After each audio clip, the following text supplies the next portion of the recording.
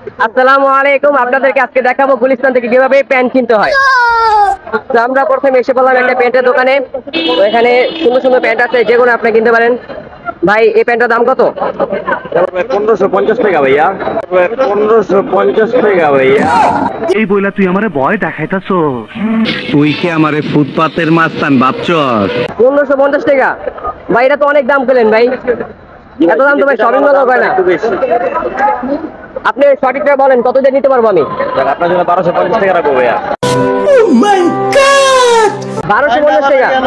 ভাই, আমি একটা দাম বলি, অবশ্যই। 200 টাকা দিব ভাই।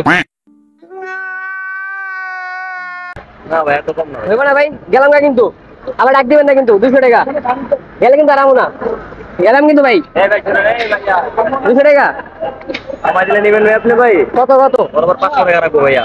বরাবর 500 টাকা রাখবো ভাইয়া।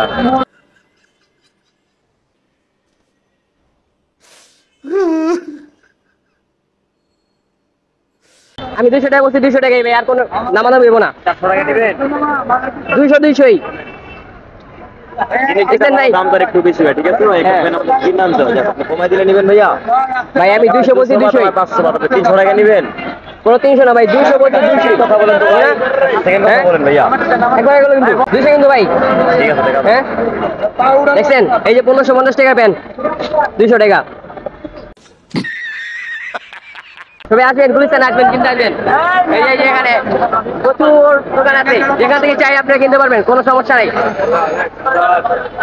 পেমেন্ট করে দেন, ঠিক আছে? এটান টাকা রাখেন।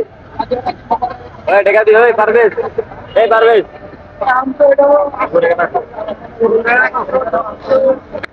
গেলাম ভাই, ঠিক আছে?